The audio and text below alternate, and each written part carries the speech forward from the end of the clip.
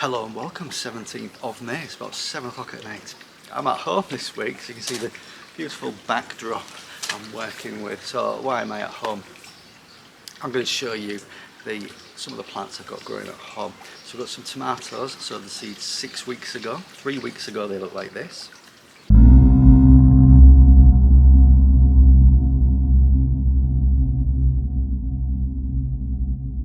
And now they look like this. They've been in a cold frame outside since they were sown, really. A few weeks indoors and then in the cold frame outdoors. So I've got to acclimatise them to a bit more wind.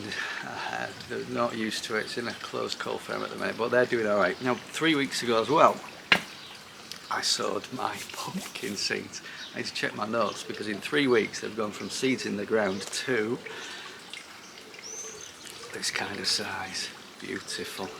They've been indoors in the house, enjoying the calm, relaxed atmosphere. The south-facing window, they're beautiful. Let's have a look at them all together inside.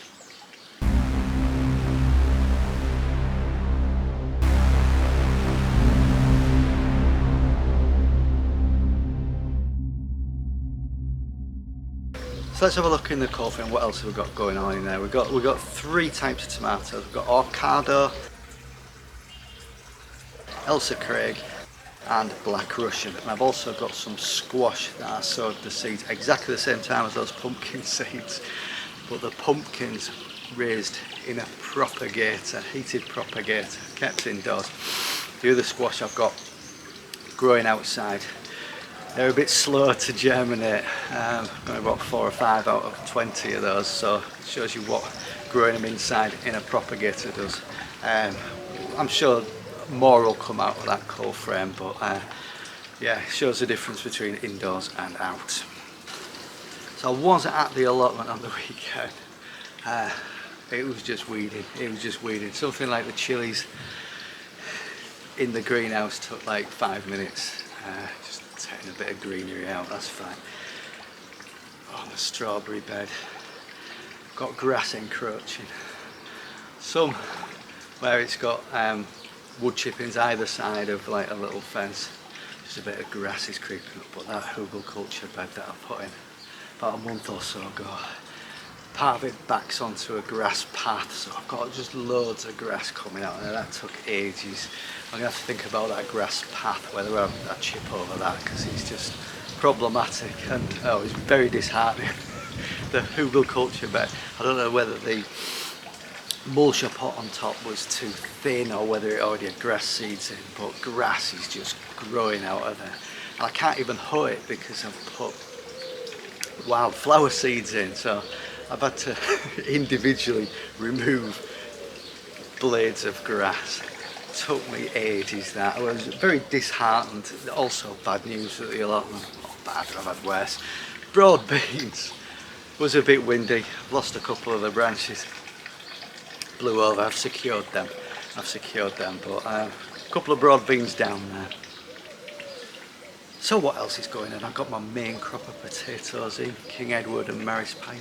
Because I'm growing exactly the same type and quantity as I did the previous 2 years, I'm in a competition with myself as to how many grow and how much they weigh. So there was a couple of bonus potato plants that had cropped up right in the middle of where I was going to plant them, spoiling things. So I wouldn't normally do this. I normally leave bonus potatoes from potatoes that I just left in the ground from previous years. I normally leave them to grow, but because I need to know exactly for my own purposes how many Maris Piper and King Edward have grown, I had to move those. So I dug them up and moved them.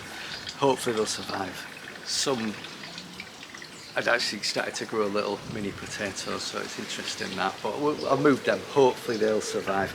And I've got a new type of potato called Majestic that I popped in the ground. So the allotment is almost full now. You could obviously squeeze a radish or so in wherever you like, but once I get the squash and pumpkins out there, we will be full.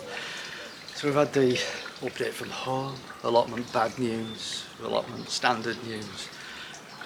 Let's have a blossom break. People love a blossom break, don't they? Hawthorn tree at the back of the plot. looking beautiful. It looks like it's snowed. Have a look.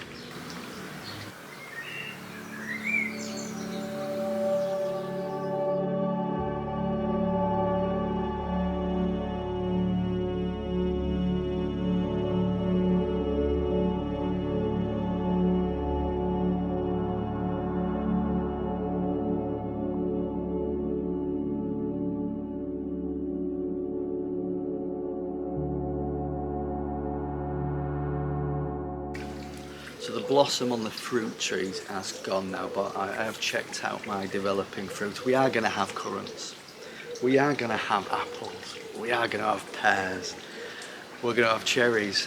The birds will get there first, but whatever. We are going to have plums, hopefully. Raspberries are coming on, and so are the strawberries. So all is well in Fruit Zone.